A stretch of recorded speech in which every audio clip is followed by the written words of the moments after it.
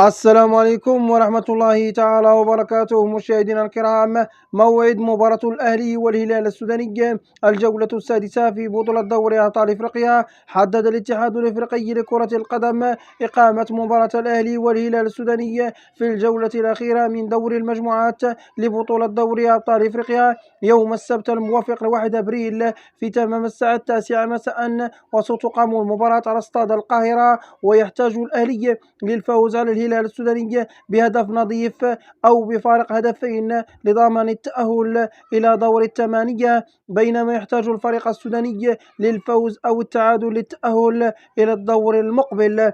ويدخل الأهلي اللقاء وهو في المركز الثالث بجدول الترتيب برصيد 7 نقاط، جمعها من 5 مباريات، فاز في مباراتين وتعادل في واحدة وخسر مباراتين، بينما يحتل الهلال في المركز الثاني برصيد 10 نقاط خلف الصن داونز المتصدر ب11 نقطة. ويتواجد القطن الكاميروني في المركز الأخير بدون رصيد من النقاط.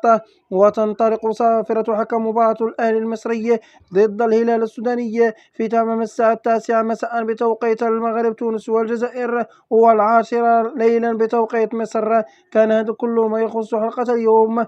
إذا أعجبكم محتوى القناة المرجو الاشتراك وتفعيل زر الجرس ليصلكم كل جديدنا. سلام الله عليكم.